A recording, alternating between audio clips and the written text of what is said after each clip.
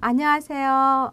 아동 상담 심리 또 여러분들이 가장 아동에게 큰 이슈화가 된 모든 내 자녀의 관심도 어떻게 하면 아이들에게 가장 좋은 교육 환경과 또 배움의 가치 또 치료해주고 싶은 그런 마음들이 가장 강할 겁니다.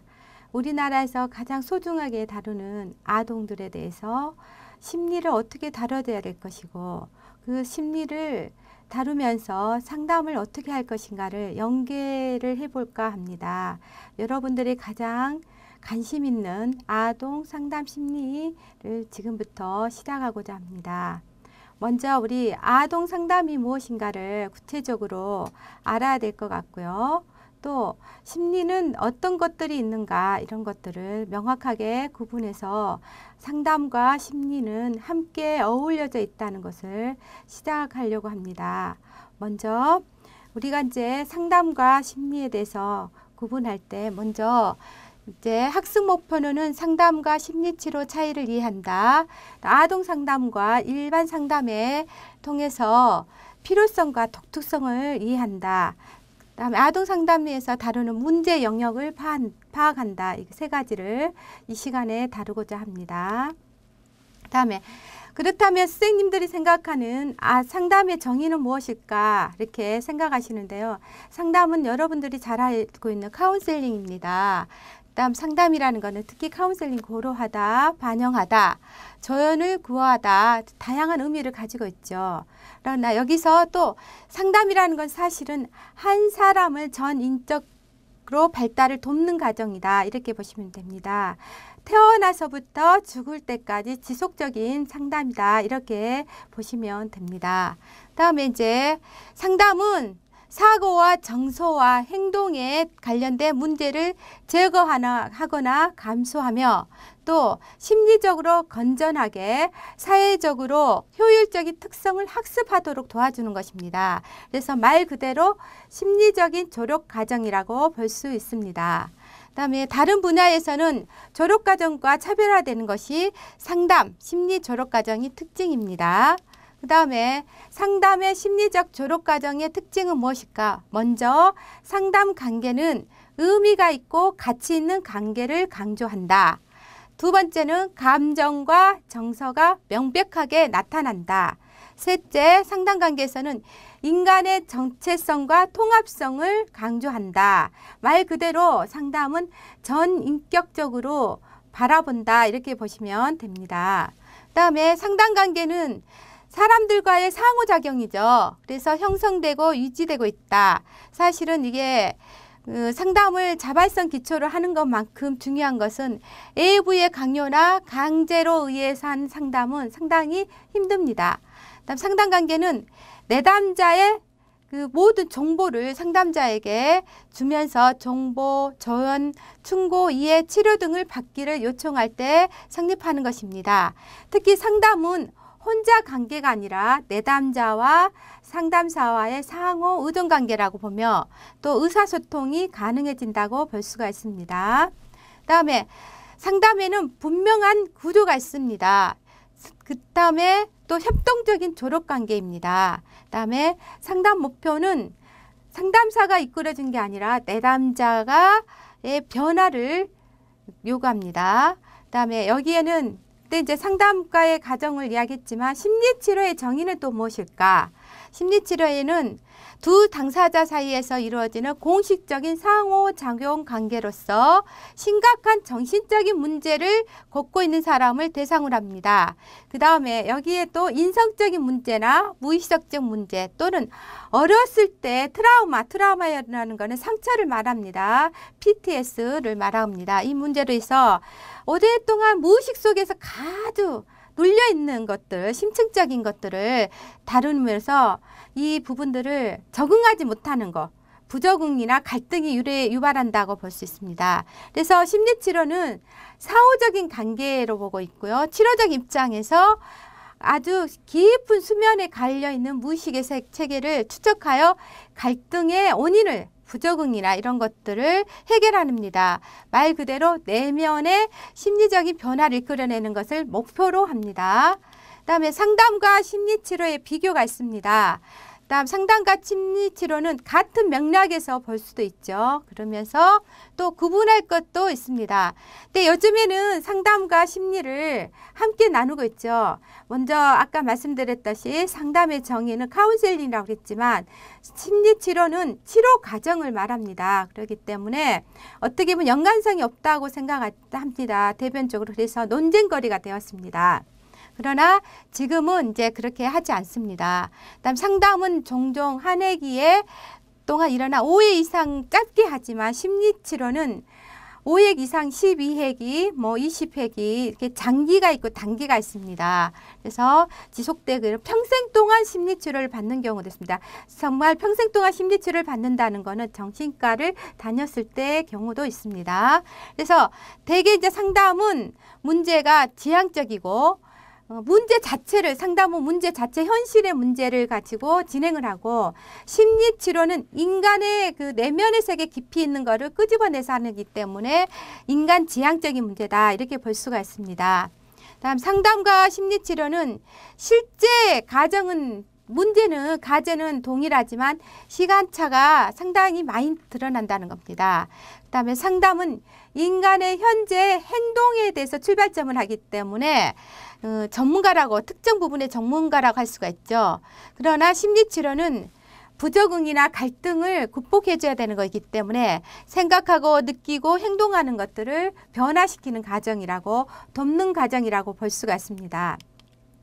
그래서 여기에서는 이제 스님들한테 지금 보여주고 있는 이 도표가 생활 지도는 집안에서나 학교에서 이끌어줄 수 있는 것을 특히 교육에 의해서 할 수 있는 거죠. 그래서 정부, 조연, 의사결정을 할 수 있도록 도와주지만 상담은 그렇지 않죠. 현재 문제를 어떻게 움직여갈까 해서의 또 행동과 사고를 전환시키는 과정이라고 볼 수가 있죠.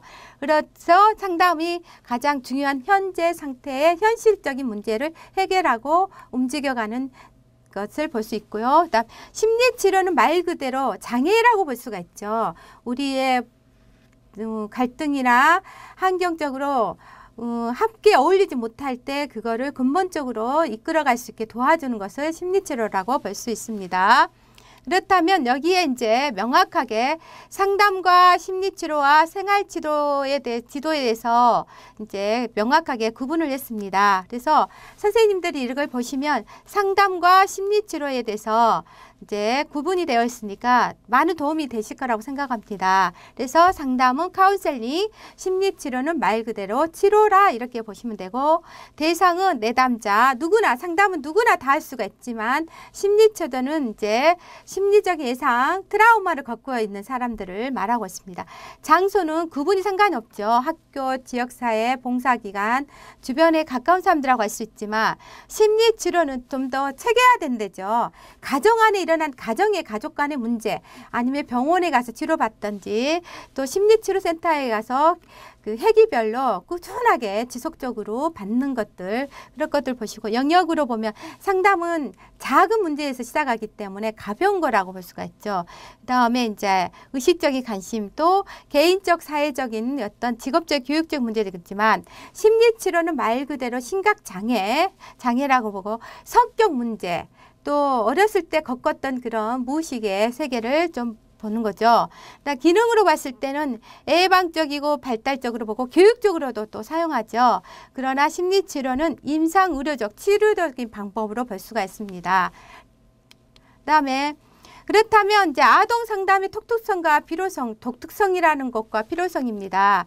네, 요즘에는 아동 상담이 정말 급변한 사회 현상으로 인해서 아동들도 우리가 과거에 생각했던 그런 아동 발달의 순서가 많이 바뀌어 가고 있습니다. 빠르게 변화하고 있기 때문에 가정에서나 학교에서 아이들을 다루기가 어려운 부분들이 많이 생기게 됐습니다. 그래서 이제 어떻게 하면 이제 우리 아동들이 특정 시기에서 변화에 적응을 경험하는 것들, 어려움들을 이를 통해서 스트레스나 또 갈등, 학습 문제, 행동 문제를 일으키기 때문에 이 문제를 다루고자 합니다.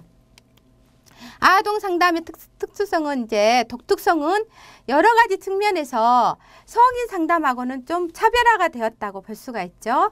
그렇다면 아동에 대해서는 자신의 문제에 대해서는 스스로 통찰하기가 어렵죠. 아동은 주변에 사람이 필요합니다. 특히 엄마나 양육자의 그 관심도가 많이 필요하죠. 양육자로 인해서 변화가 되죠. 그러나 양육자가 제대로 되어 있지 않고 건강하지 않을 때는 아동에게는 굉장히 정신적인 장애까지 올 수가 있죠. 그래서 그런 도움을 줄 수 있도록 하는 것이 아동의 상담의 가장 독특성이라고 볼 수가 있죠. 그래서 이제 하나로 보면은 이제 우리가 보면 아동은 이제 개인적, 정신적으로나 육체적으로나 정신적으로나 신체적으로 모든 것이 아직 성숙한 단계가 아니기 때문에 전문가가 이제 해줘야 되겠죠. 그래서 아동의 개개인의 특성뿐만 아니라 모든 아동의 성장 과정을 볼 수 있도록 일반적인 문제까지 고려하여 상담을 해줍니다.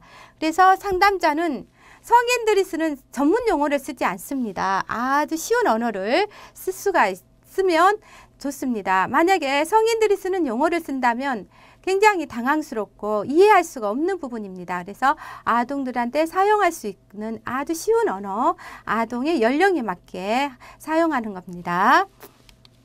그다음에 이제 아동의 이제 그 특수성, 독특성에 있어서 이제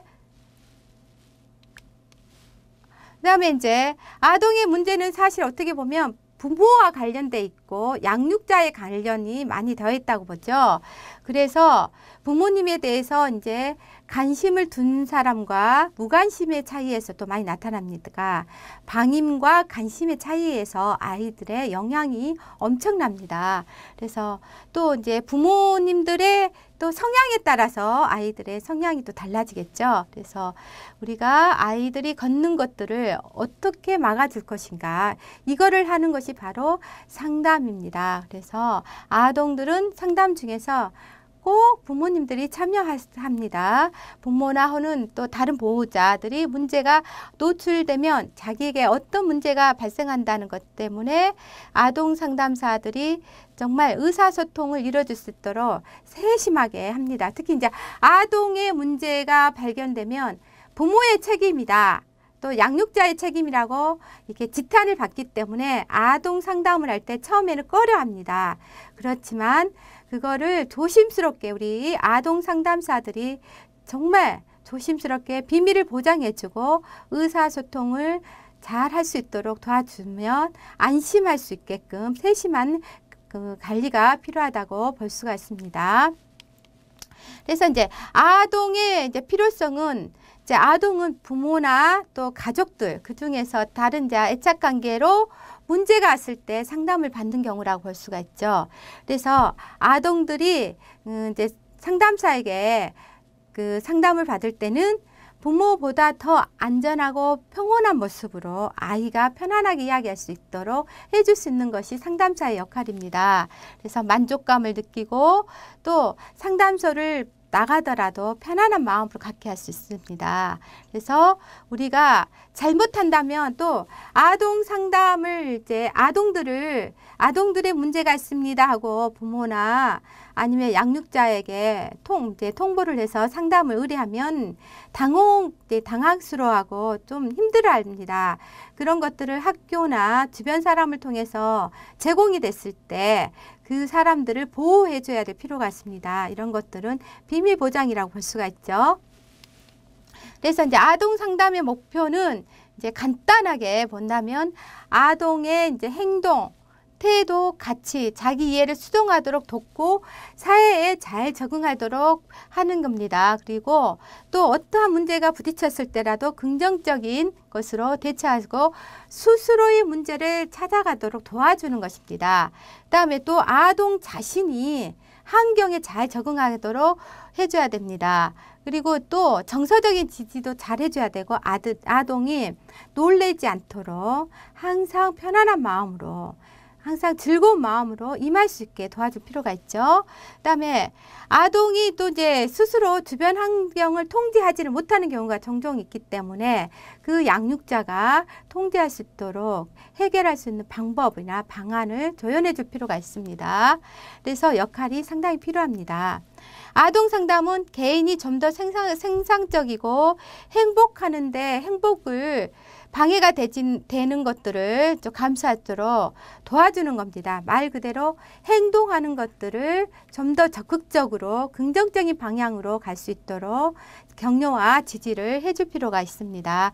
이것이 이제 아동 상담의 목표는 단순히 부정응 행동의 수정이나 치료의 두 가지보다는 좀 더 가장 중요한 것은 아동의 건강한 정신적 발달을 촉진하는 데 의의를 둔다고 볼 수가 있습니다. 다음 아동 이제 일반 상담하고 아동 상담의 대조가 있습니다. 사실은 아동 상담은 아동 자체의 그런 모든 환경을 고려해서 그 아이의 특성을 고려해서 그 양육자와 함께 어울려서 풀어가는 거고, 일반 상담은 상담자 자신, 내담자의 그 문제를 가지고 함께 혼자서 풀어가는 겁니다. 그래서 아동 상담은 아동과 양육자가 함께 어울려서 함께 하는 삼각구도라고 볼 수가 있죠. 그러나 일반 상담은 내담자와 상담사의 관계니까 그냥 개인의 문제를 스스로 풀어갈 수 있도록 도와주는 것 뿐입니다. 그래서 아동 상담은 말 그대로 아동을 대상으로 한다. 아동 상담은 말 그대로 치료와 예방을 효과가 높다. 그다음에 또 아동 상담은 일반 성인 상담보다 다르게 아동 상담은 좀 넓게 포괄적으로 하는 것이기 때문에 다양한 관점에서 접근을 한다. 그다음에 성인, 아까 이제 말씀드렸던 성인은 내담자 한 사람의 의지가 중요하지만 아동 상담은 가족이나 지역사회, 주변의 네트워크가 상당히 필요하죠. 혼자서 할 수 있는 것은 아닙니다. 그다음에 아동 상담의 기초입니다. 여기에는 선생님들이 많이 배웠던 심리 발달 또 여러 가지의 그 심리학에서 많이 다뤄봤을 것입니다. 여기에 이제 먼저 이제 거의 다 보면 신체적, 인지적, 사회적, 정서적 변화를 이제 통해 비약적 발달을 말한 겁니다. 그래서 아동 상담은 그 일반적인 상담보다는 일반 상담은 어느 정도의 체계적인 게 있지만 아동 상담은 그 도표나 주변에서 상담하는 그 사례를 봤을 때 다릅니다. 아동은 발달의 과정에서도 빠른 거와 느린 데가 있고 또 이해하는 폭도 지적 능력도 또 다르고 그 아이에 따라서 그 성향이 다르기 때문에 그것들을 다양한 그 상담 기법을 적용을 해야 됩니다. 그래서 그 아이에게 맞는 상담 기법들이 여러 가지가 있습니다. 여러분들이 잘 알고 있는 메슬로 욕구가 있고 피아제가 있습니다. 그런데 메슬로 욕구에서는 이제 우리가 스님들이 잘 알고 있기 때문에 말 그대로 자기 실현입니다.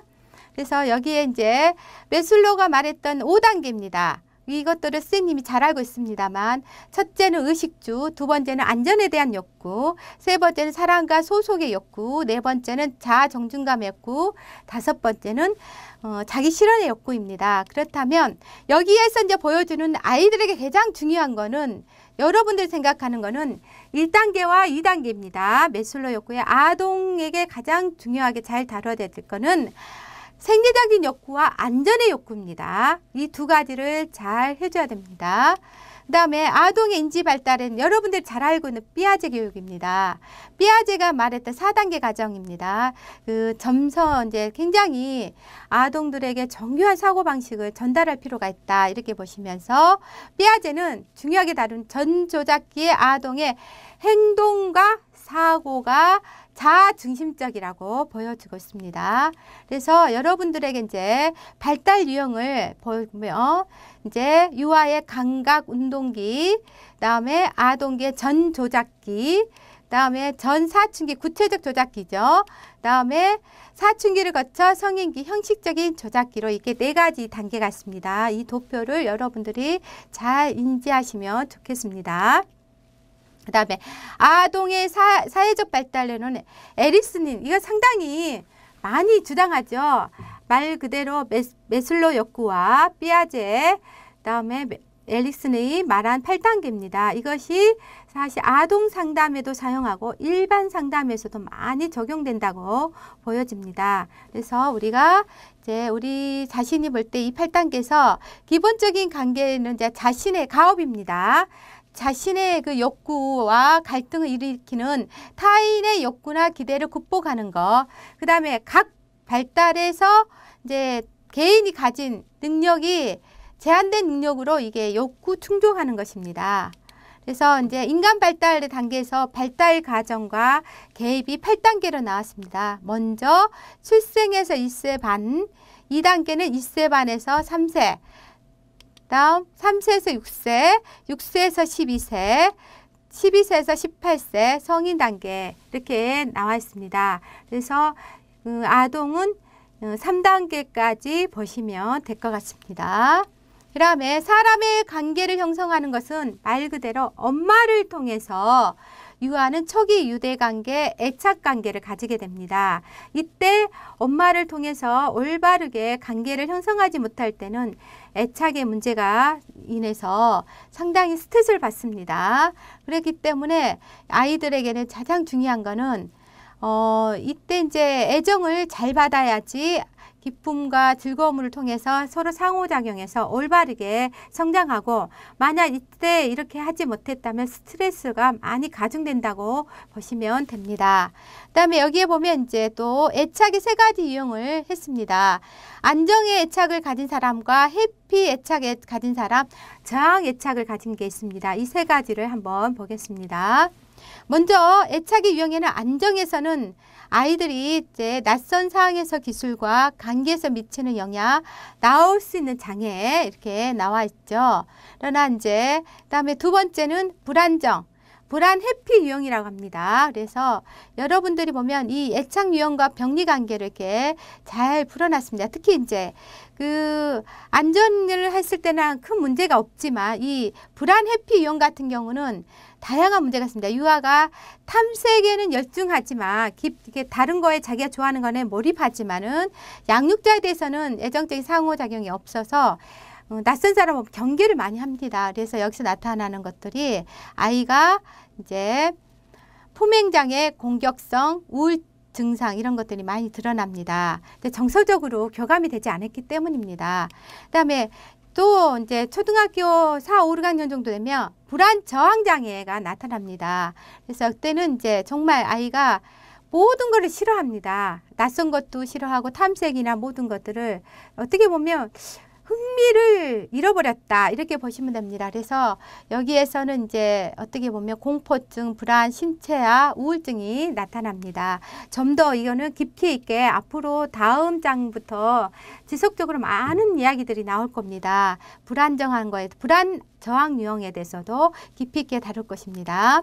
그다음 탄력성, 아동에게는 탄력성이라는 것은 위험한 환경 요인들로 인해 뒤틀리고 억눌리고 긴장되었음에도 불구하고 긍정적인 발달 과정을 계속 할 수 있는 능력이다 이렇게 이야기했습니다. 다음에 여기 이제 또 이렇게 보면 또 4가지 범주에서 강점은 탄력성이나 긍정적으로 발달한 결과다. 특히 이제 이것은 건강한 발달에 성공적인 삶을 위해 모든 아동과 청소년들이 가진 능력으로 요약되어 있습니다. 여기에 보면 베나드가 한 겁니다. 그래서 여기에는 4가지 범주는 사회적 유능, 문제 해결, 자율성, 그리고 목적성이다. 이렇게 나와 있습니다. 여기에서 좀 더 깊이 있게 이제 다뤄놨습니다. 선생님들이 읽어보시면 좋을 것 같습니다. 그 다음에 이제 탄력성을 증진시키는 거는 가족 특성들은 돌봄과 지지, 또 높은 기대, 참여 기회로 이제 요약할 수 있습니다. 그 다음에 아동 상담의 유형과 목표가 있습니다. 아동 상담의 유형에는 발달 연령 따라 아동 상담 유형이 있습니다. 영유아 상담을 할 때는 먼저 영유아의 그 발달 특성에 맞는 상담 기법을 사용해야 됩니다. 그래서 영유아는 그 자기의 생각이나 느낌을 표현할 수가 없고 언어가 발달되지 않았기 때문에 감정과 욕구로 이렇게 표현을 합니다. 이렇게 행동으로 막 얼굴을 찡그린다든지 막 엎어진다든지 이상한 행동들을 많이 표현합니다. 그런 것들을 감지를 하시면 됩니다. 관찰 있게, 주의 깊게 좀 보셔야 될 겁니다. 그래서 또 아이들이 이제 또 그러려면 이렇게 만약 그런 거를 보지 않고 관심을 두지 않는다면 의사소통에 큰 걸림돌이가 됩니다. 그걸로 인해서 아이의 내면에 큰 상처를 주고 있다. 또 손상을 받고 있다. 이렇게 보시면 됩니다. 초등학생들 상담입니다.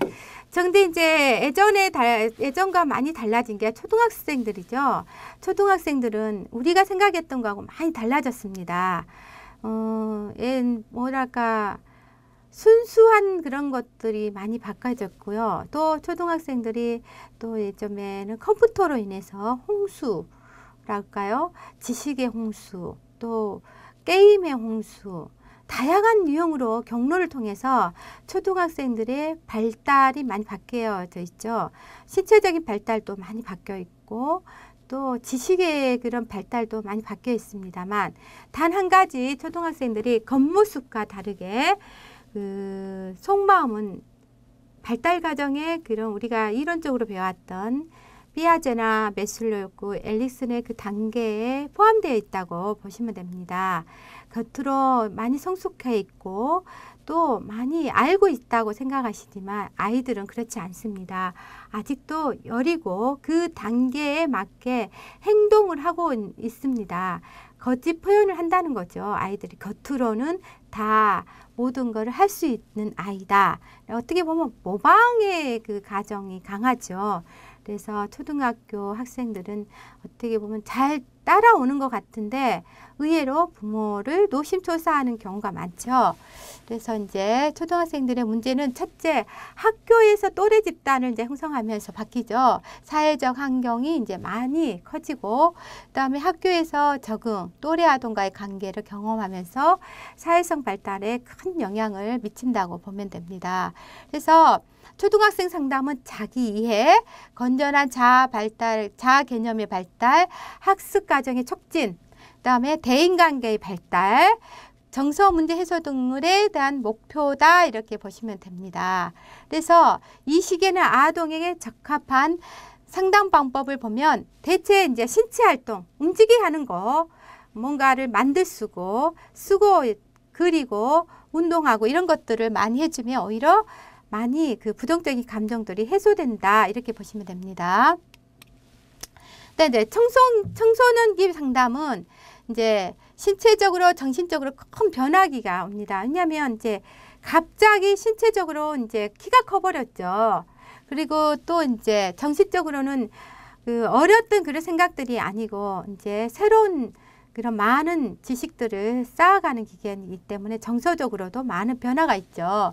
그래서 이제 성별에 따라서 이제 먼저 신체적인 변화가 오죠. 신체와 성숙을 경험하면서 혼란을 경험하고 또 이때는 또 아이들이 유난히 이성에 대해서 관심을 많이 갖죠. 그래서 이성으로 인한 문제 경험하고 고민하고 또 이때는 이제 부모님들하고도 이제 대화를 꺼려하는 시기죠. 그래서 이 시기에는 이제 아동이 또 학업, 진로 이런 문제도 상당히 크게 생각하고요. 자아 정체성에 대한 문제들도 있고 교육, 친구들과의 관계, 이성 문제, 그 속에서 심한 갈등과 스트레스를 많이 가지고 있죠. 이 청소년기에는 많은 이제 문제나 고민들이 일어나게 됨으로써 스트레스를 많이 받는다 이렇게 보시면 됩니다. 대상 집단을 보면 이제 아동 상담은 개별 상담이 있고 집단 상담이 있습니다. 개별 상담은 상담사와 내담자가 하는 것이고 또 아동의 개개인과 개인과 하는 겁니다. 그래서 납포 형성과 비밀 유지가 필요합니다. 그래서 아동 상담, 개인 상담은 어떻게 보면 아동의 문제를 좀 더 근접하기가 쉽다. 그리고 상담 효과를 높일 수 있다. 그러나 집단 상담은 또래의 끼리끼리 같은 문제를 가지고 있는 친구들끼리 하기 때문에 이제 어떻게 구성하느냐가 중요합니다. 그래서 이때는 이제 문제 행동의 유형이나 상담 방법에 따라서 접근하는 방법이 다릅니다. 다양합니다.